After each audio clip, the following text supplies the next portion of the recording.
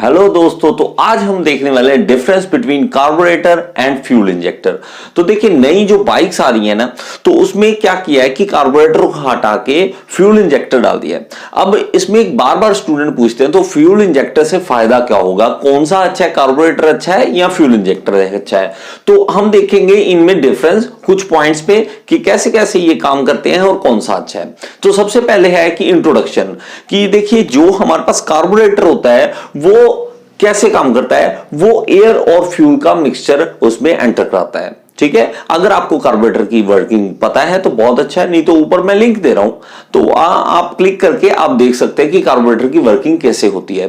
तो कार्बोरेटर में आप सिंपल सी बात समझिए, एयर और फ्यूल का मिक्सचर अंदर आता है, लेकिन हमारे पास जो फ्यूल इंजेक्टर होता है वो सिर्फ फ्यूल ही एंटर कराता है, उसमें एयर नहीं आती, एयर बाद में आती है अलग से। फ्यूल इंजेक्टर का काम सिर्फ फ्यूल सप्लाई करना है और इन दोनों का मिक्सचर आगे एयर का मिक्सचर जो है फ्यूल इंजेक्टर के अंदर नहीं, बाद में इंजन के अंदर होता है। तो इस तरह से ये बेसिक डिफरेंस है, स्टार्टिंग क्या ये डिफरेंस है इस तरह का। सेकंड पॉइंट जो हमारे पास है कि ऑपरेशन किस तरह से है। तो ऑपरेशन आप समझें कि कार्बोरेटर जो है वो मैकेनिकली चलता है, ठीक है, मैकेनिकली ऑपरेटेड है, थ्रॉटल वाल्व है इसमें, तो वो हम मैकेनिकली ऑपरेट करते हैं और मैन्युअली ऑपरेट करते हैं। लेकिन हमारे पास जो एफआई सिस्टम है, फ्यूल इंजेक्टर है, वो ईसीयू पे काम करता है, इलेक्ट्रॉनिक कंट्रोल यूनिट होता है ईसीयू, ठीक है, वो यूज करके करते हैं। एक इलेक्ट्रॉनिक चिप है जो कि सारी डाटा कलेक्ट करती है, उसमें सेंसर लगे हुए अलग अलग, जैसे लोड कितना है इस टाइम, क्रैंकशाफ्ट की पोजीशन क्या है और टेम्परेचर कितना है इस टाइम इंजन का, वो सारी जो सिस्टम है वो क्या करते हैं, सेंसर चेक करते हैं। और यहां पे क्या था कार्बोरेटर में, यहां कोई सेंसर नहीं है, ठीक है, आपने थ्रॉटल वॉल्व को रोटेट किया उसके हिसाब से ही आगे जाना था, ठीक है। तो हमारे पास इसमें क्या है, यहां पे सेंसर है बहुत सारे, वो चेक करेंगे कि इस टाइम इंजन का टेम्परेचर कितना है, क्रैंकशाफ्ट की पोजीशन क्या है, पिस्टन की पोजीशन क्या है, सारे चेक करने के बाद वो फ्यूल को आगे देंगे, ठीक है। तो इस हिसाब से वो फ्यूल कितना देना है वो सारा कुछ डिसाइड करेगा, वो ईसीयू डिसाइड करेगा, ठीक है। नेक्स्ट पॉइंट की ओर चलते हैं, परफॉर्मेंस। देखिए हमारे पास जो कार्बोरेटर है उसकी परफॉर्मेंस अगर ईसीयू से कंपेयर करें, जो फ्यूल इंजेक्टर सिस्टम में है ईसीयू है, उससे थोड़ी कम है, ठीक है, क्योंकि ये मैकेनिकली ऑपरेटेड हो रहा है। तो इसमें हमारे पास एंगल्स, कितने एंगल पे जाना है, वॉल्व किस एंगल पे है, उस हिसाब से फ्यूल की क्वांटिटी आएगी, लेकिन यहां पे कितनी जाएगी वो ईसीयू डिसाइड करता है। इसके हिसाब से जो परफॉर्मेंस है वो थोड़ी बढ़ जाती है, किसकी बढ़ जाती है, हमारे पास एफआई सिस्टम की। देखिए जैसे अपाचे है, अपाचे पहले 164V आया, ठीक है, अब वो एफआई में भी आ गया, उसमें कार्बोरेटर की जगह फ्यूल इंजेक्टर भी डाल दिया है, ठीक है। उससे क्या हुआ है कि उसमें टॉप स्पीड उसकी बढ़ गई है, ठीक है, उससे टॉप स्पीड बढ़ गई है क्योंकि उसकी टॉर्क बढ़ चुकी है अब, ठीक है, लेस आरपीएम पे ज्यादा टॉर्क मिलनी शुरू हो जाती है। तो इस हिसाब से परफॉर्मेंस जो है वो कार्बोरेटर की बजाय फ्यूल इंजेक्टर अच्छी देता है। नेक्स्ट पॉइंट की ओर चलते हैं। नेक्स्ट पॉइंट हमारे पास है फ्यूल एफिशिएंसी। देखिए फ्यूल एफिशिएंसी जो है वो फिर से जो फ्यूल इंजेक्टर है एफआई है उसकी बहुत अच्छी है, ठीक है, क्योंकि मैंने पहले बताया आपको वो उन्होंने सेंसर में चेक करना है, तो हमारे पास फ्यूल जो है वो प्रॉपर वे से जाएगा और कितना जाना है, किस क्वांटिटी में जाना है, वो सारा डिसाइड करेगा इलेक्ट्रॉनिकली। तो इसलिए वो फ्यूल एफिशिएंसी जो है वो किसकी अच्छी होगी, वो एफआई की अच्छी होगी। लेकिन इसमें आगे बढ़ते हैं, अब मेन पॉइंट आती है मेंटेनेंस एंड रिपेयर की, ठीक है। नेक्स्ट पॉइंट है maintenance and repair. Maintenance and repair में हमारे पास कार्बोरेटर बहुत ही इजी है। देखिए ये मैकेनिकली ऑपरेटेड है और इवन जो अभी थोड़ा बहुत जानता है, ठीक है, कार्बोरेटर के बारे में, वो उसकी ट्यूनिंग कर देता है, ठीक है। उनके पास एक क्या चाहिए, एक स्क्रू ड्राइवर चाहिए और उसकी ट्यूनिंग करना आसान होता है। लेकिन हमारे पास ये जो एफआई है इसकी ट्यूनिंग नहीं होती, ठीक है, और ये एक चिप है, इलेक्ट्रॉनिकली बनी हुई है, इसकी कोडिंग की हुई है ना।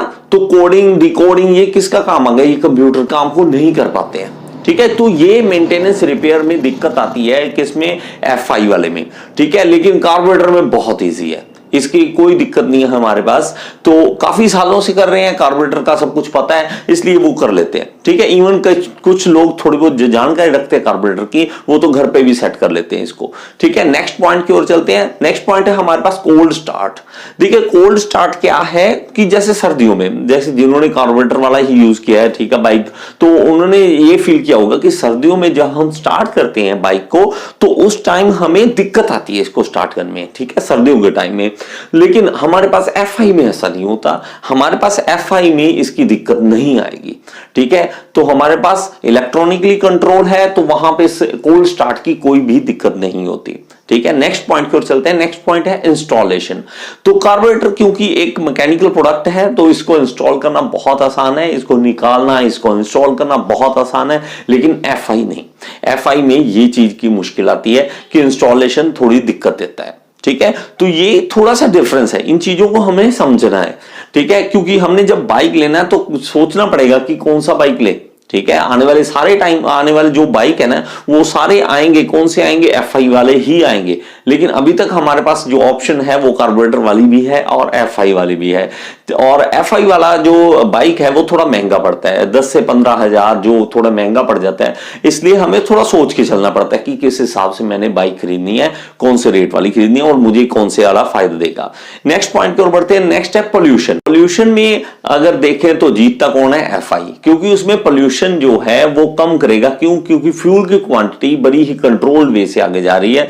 और इस तरह जाने से क्या होगा कि जो हमारे पास इंजन के अंदर फ्यूल बर्न होना है, अगर मेरे पास क्वांटिटी सही आ रही है, ठीक है, आगे एयर भी जो मिक्सचर है वो सही हो रहा है, तो फ्यूल बर्न होगा प्रॉपरली, जितना उसने दिया है पूरा पूरा बर्न होगा। अगर वो बर्न नहीं होता है, जैसे कि कार्बोरेटर के केस में अगर फ्यूल थोड़ा सा ज्यादा आ जाता है तो वहां पे ये बर्न नहीं होगा। बर्न नहीं होगा तो वो हमें पोल्यूशन करके देगा। ठीक है, तो वो अनबर्न फ्यूल है ना, अनबर्न फ्यूल अगर थोड़ा सा भी निकलता है तो उसमें कार्बन कंटेंट ज्यादा होगा, तो हमें दिक्कत देगा।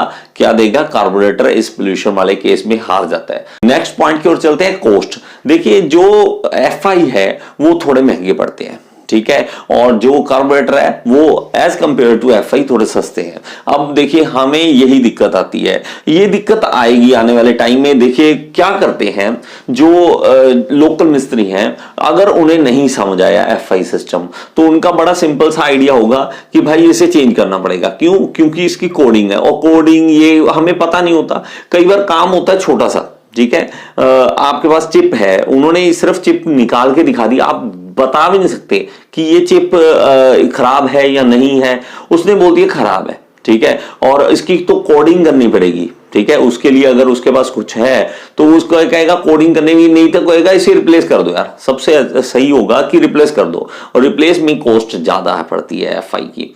और कार्बोरेटर में तो हमें पता है कि कार्बोरेटर बहुत ही कम सुना होगा कि चेंज करना पड़ रहा है, उसकी क्लीनिंग करो, उसके प्रॉपर रखो ध्यान, तो वो खराब नहीं होता। ठीक है, तो वो कॉस्ट हमें कम पड़ती है। नेक्स्ट पॉइंट की ओर बढ़ते हैं। तो इसमें एक और परेशानी जो है वो है एफआई में। वो कारण क्या है? देखिए इन्होंने, कंपनी ने बोला गया है कि इसमें पेट्रोल आपको डाल के रखना पड़ेगा 2.5 से 3 लीटर, हमेशा इतना मिनिमम तो तेल होना ही चाहिए। और आपको पता है कि हमें कभी जरूरत पड़ती है, इंजीनियरिंग कॉलेजेस में आपको पता ही है क्या हाल होता है। तो हमारी जेब में अगर 50 रुपए हैं, उसका तेल ही डलवा के हमें कहीं जाना है, तो वो दिक्कत देते हैं ना। तो कंपनी बोलती है 2.5 से 3 लीटर इसमें रखो, क्योंकि इसमें इलेक्ट्रॉनिक कंट्रोल है सारा कुछ, ठीक है, और फ्यूल मेरे पास पंप है, तो ये सारा कुछ होने के कारण शायद कहीं ना कहीं दिक्कत दे सकता है। ठीक है, ये नहीं कहेंगे कि इससे तेल अगर आप कम डालोगे तो चलेगा, नहीं चलेगा, लेकिन वो कहते हैं कि प्रॉब्लम दे सकता है। ठीक है, तो वो कहते हैं इसी को अवॉइड करो।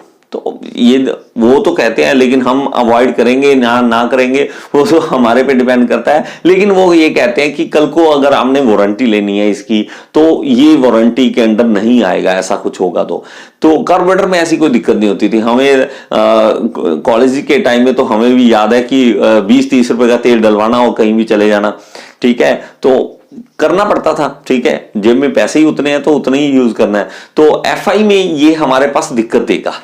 ठीक है, क्योंकि यहां पे इतना तेल रखना बहुत मजबूरी वाली बात हो जाएगी।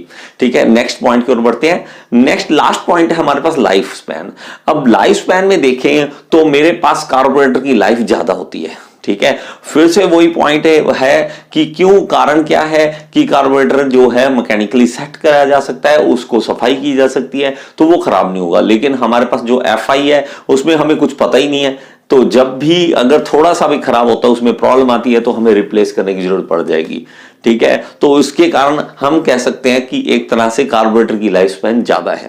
तो निचोड़ निकालें इससे सब चीजों का, तो अभी तक जो दिख रहा है हमें इस कंडीशन में, हम जहां पे खड़े हैं इस पॉइंट पे, हमें कार्बोरेटर अभी तक ये अच्छा लग रहा था। ठीक है, लेकिन एफआई आने वाले टाइम में फ्यूचर है उसका, तो हमें धीरे धीरे आदत पड़ेगी। ठीक है, अभी तक अगर आप लेना चाहते हैं और अगर आपके पास है एक्स्ट्रा पैसे हैं, आप लगा सकते हैं और कल को इसकी मेंटेनेंस पे खर्चा कर सकते हैं, तो आपको एफआई वाला बाइक अच्छा रहेगा।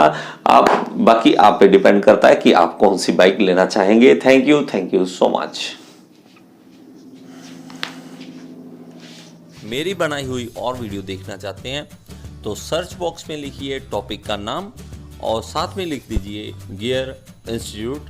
तो अगर मैंने उस टॉपिक पे वीडियो बनाई है तो आपके सामने आ जाएगी।